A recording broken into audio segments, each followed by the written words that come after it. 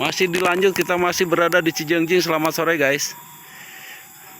Ini ada satu aliran air yang kalau dilihat dari kondisinya, tempatnya ini sudah ratusan tahun mungkin.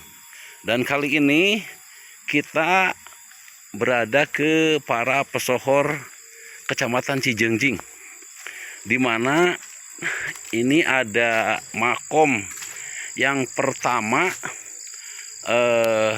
membuat desa Cijengjing, dan ada dua putranya yang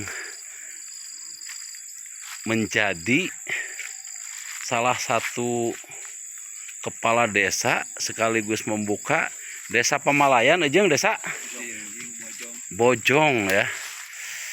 Ya Allah ya Rabbi, kita sudah cukup keliling-keliling tapi masih ada juga.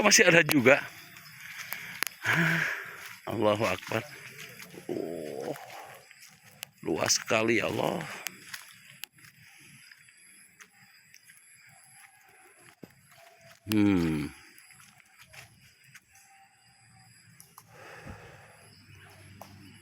Takjub sekali. Saya orang Cijengjing benar-benar. Ini baru pertama kali saya kesini. Terus ada konon katanya bahwa orang yang pertama kali membaca teks Pancasila di Kecamatan Cijengjing itu ada di sini.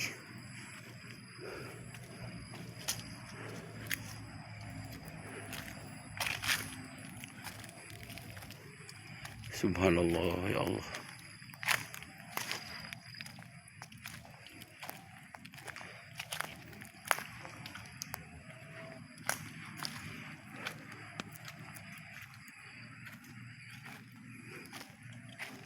Itu asli ya.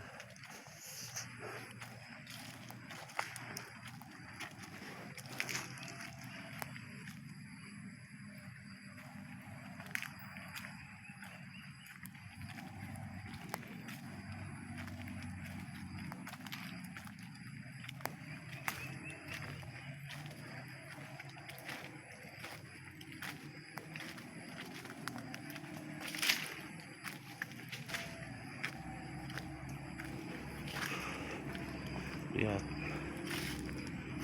batu nisannya.